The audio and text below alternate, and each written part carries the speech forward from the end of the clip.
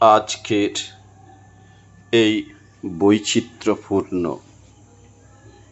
বিভাজিত ভারতবর্ষে যখন ধর্ম, জাত ও সম্প্রদায়ের নামে ঘৃণা ছড়ানোর চেষ্টা চলছে, তখন বারবার মনে পড়ে একজন মহান আত্মার কথা, যিনি হচ্ছেন স্বামী বিবেকানন্দ।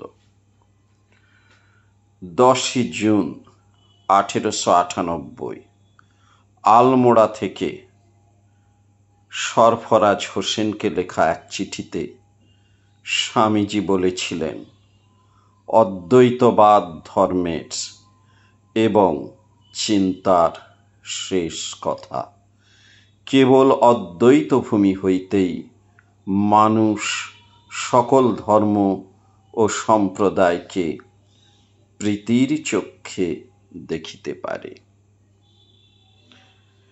তিনি স্বপ্ন দেখেছিলেন এমন এক সমাজের যেখানে বেদ, বাইবেল আর কোরআন তিনটি এক সূত্রে বাঁধা, যেখানে হিন্দু এবং মুসলিম দুই মহান ধর্মের সমন্বয়ে গড়ে উঠবে ভারতের আত্মা।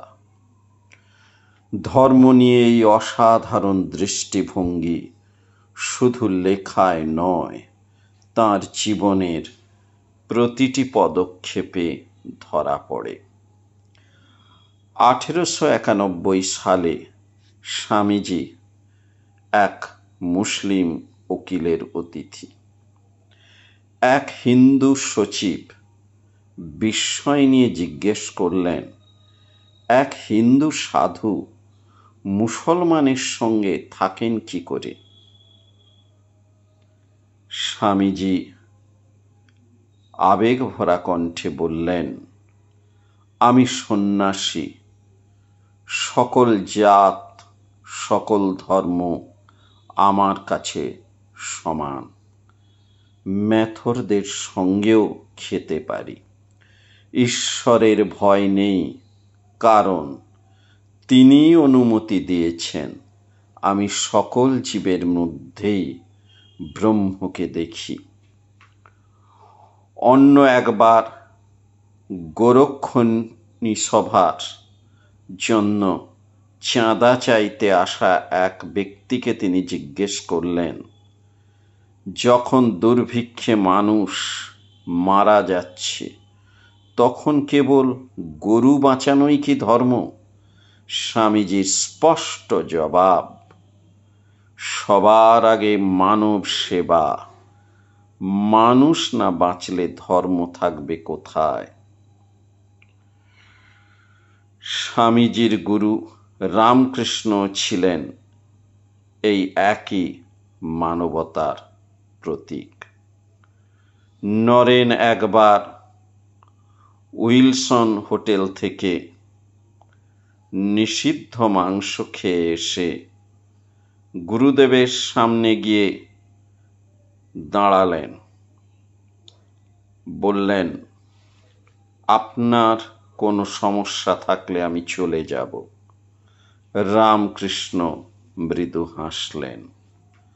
ভগবান হৃদয়ের কথা শোনেন, তোর পেটের ভেতর দেখবেন না, আমার কিছু যায় আসে না।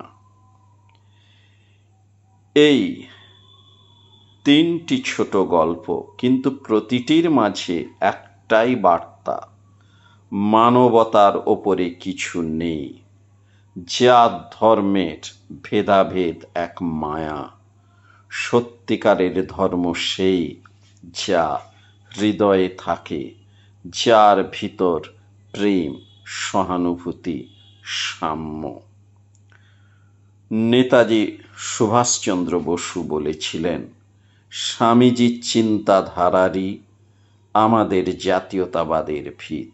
কারণ তিনি বলেছেন, ভারত শুধু হিন্দুর জন্য নয়, কেবল মুসলিমের জন্য নয়, ভারত সকল ধর্মের, সকল মানুষের।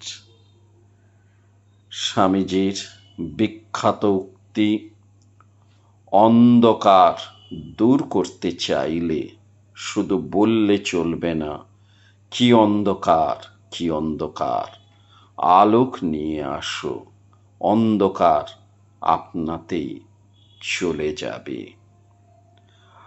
আজ যখন ধর্ম নিয়ে বিভাজন তৈরি করার চেষ্টা চলছে, তখন আমাদের মনে রাখা দরকার স্বামী বিবেকানন্দের শিক্ষা, যে ধর্ম মানুষকে আলাদা করে তা ধর্ম নয়, যে ধর্ম সবাইকে আপন করে সেই প্রকৃত ধর্ম। বন্ধুরা, যদি মনে করো স্বামীজির এই বার্তা আজও প্রাসঙ্গিক, তবে লাইক দাও, কমেন্টে মত জানাও, আর চ্যানেলটিকে সাবস্ক্রাইব করতে ভুলো না।